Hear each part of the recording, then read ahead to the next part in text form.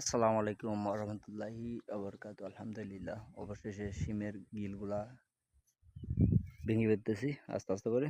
যেগুলো ভালো আছে সেগুলো আবার কোরবানের পর আবার সিম রোপণ করবো, সেখানে লাগাবো। সেগুলো বেছে বেছে রেখে দিচ্ছি।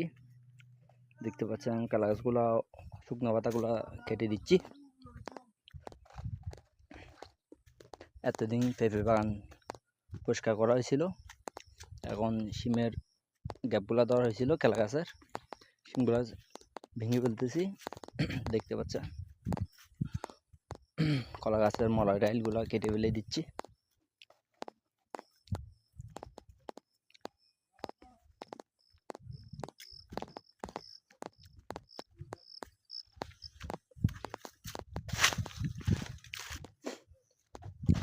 নতুন জ্বর পানি পড়লে এখানে কলা গাছের মধ্যে সার দিয়ে দিব, কলাগুলা ফরাট হয়ে যাবে তখন।